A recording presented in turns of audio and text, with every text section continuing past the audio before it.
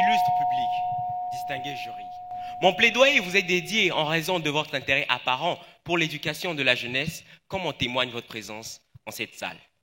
Sans détour, à travers mon discours, je vais rejeter avec véhémence l'assertion selon laquelle, pour une meilleure orientation scolaire, l'État devrait supprimer certaines filières de formation. En effet, notre siècle n'est nullement comparable au précédent en raison des transformations sociales induites par les développements technologiques, numériques, scientifiques, mais malheureusement aux pressions dues au dérèglement climatique. Les enjeux ainsi renouvelés, la tentation est grande pour nos gouvernants d'opter pour la suppression de certaines filières de formation afin d'y faire face.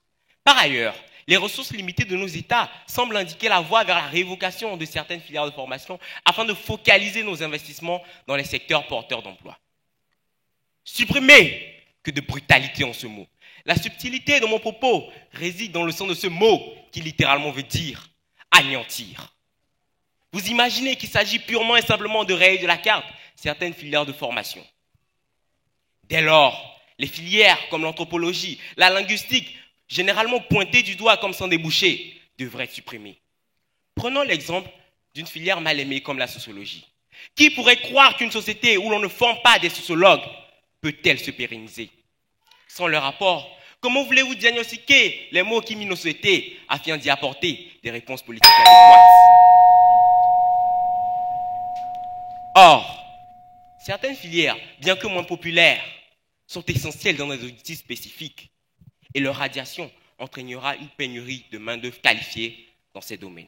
En réalité, les filières de formation sont un tout, interdépendantes, de sorte que la diversité de ces filières est la garantie même d'une société viable.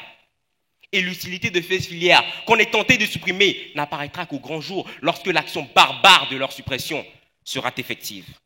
Pour aller plus loin, la suppression des filières de formation va priver des millions d'apprenants d'options qui auraient pu correspondre à leurs besoins et à leurs capacités. On ne peut donc pas sacrifier la diversité et l'inclusion dans l'éducation sur l'autel des besoins du marché de l'emploi qui peut-être demain ne seront les mêmes. Plutôt que de supprimer, il faudra sans doute réencadrer, réguler ces filières de formation. En fin de compte, il est primordial de trouver un équilibre entre la rationalisation de notre système éducatif et la fourniture d'options éducatives viables, équitables pour tous les apprenants. Je vous remercie.